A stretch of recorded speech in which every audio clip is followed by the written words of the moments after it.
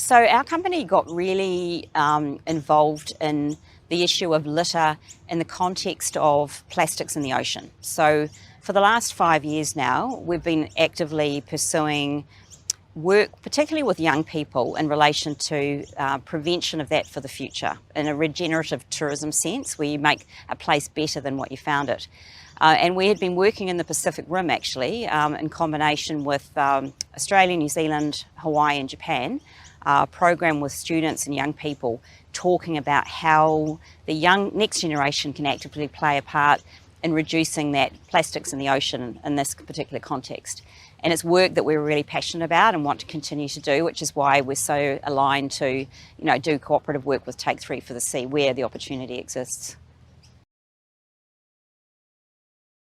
What we're seeing in terms of some of the destinations we work with outside of Australia is there's some really strong initiatives in the area of what they call regenerative tourism, which is very linked to sustainability, but it's kind of taking it to that next level. We are really talking about not just sustaining the environment you're in, but regenerating it so that it's actually better than when you found it. And that crosses environment, culture, and the local community that's part of.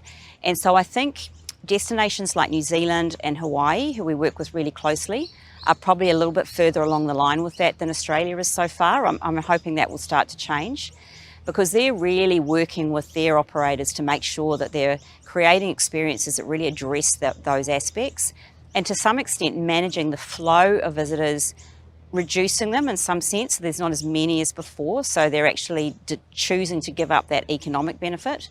And there's also a lot more work done on educating the visitor before they come, putting a lot of effort into how to respect the places that they're visiting, which covers litter, of course, but it's also a lot about respecting the cultures and the way people of that community want to live.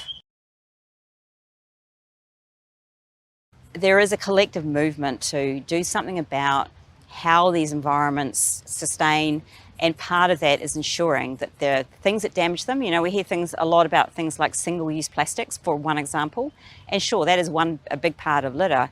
But what's shocking is the amount of things like cigarette butts and microplastic, which really become a big part of the litter problem, particularly on beaches, and that get washed up on oceans. So I think big picture, everyone has to get involved. There's no one stakeholder that can say that who is more responsible than another, right from the individual level up. It's something everyone has to be accountable for and be able to genuinely demonstrate that they're doing something about it within the environment in which they are working and operating.